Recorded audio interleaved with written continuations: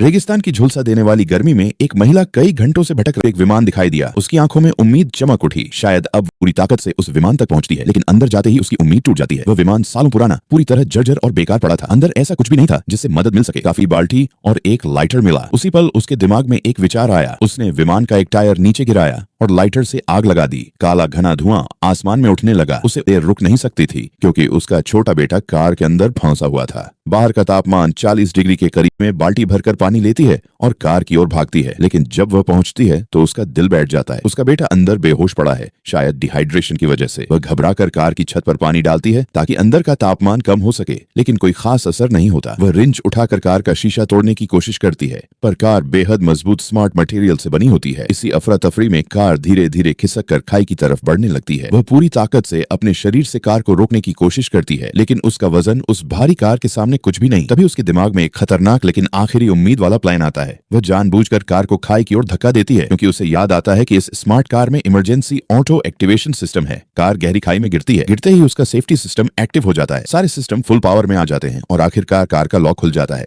महिला जान की परवाह किए बिना नीचे दौड़ती है और अपने बेटे को बाहर निकालती है। बच्चा अब भी बेहोश है। वह फैसला करती है कि अब एक ही रास्ता है, इस कार पर फिर भरोसा करना। वह बेटे को सीट पर बांधती है और कार स्टार्ट करती है। हैरानी की बात यह कि इतनी ऊंचाई से गिरने के बाद भी कार स्टार्ट हो जाती है। वह तुरंत ऑफ रोड मोड ऑन करती है, गाड़ी की ऊंचाई बढ़ाती है और खड़ी चढ़ाई की तरफ दौड़ पड़ती है। 100 मीटर ऊंची खाई को पार करना लगभग नामुमकिन लगता है, लेकिन आखिरकार वह सड़क पर पहुंचती है और तेजी से अस्पताल की ओर भागती। उसका बेटा धीरे धीरे आंखें खोलता है। तब वह महिला टूट कर रो पड़ती है।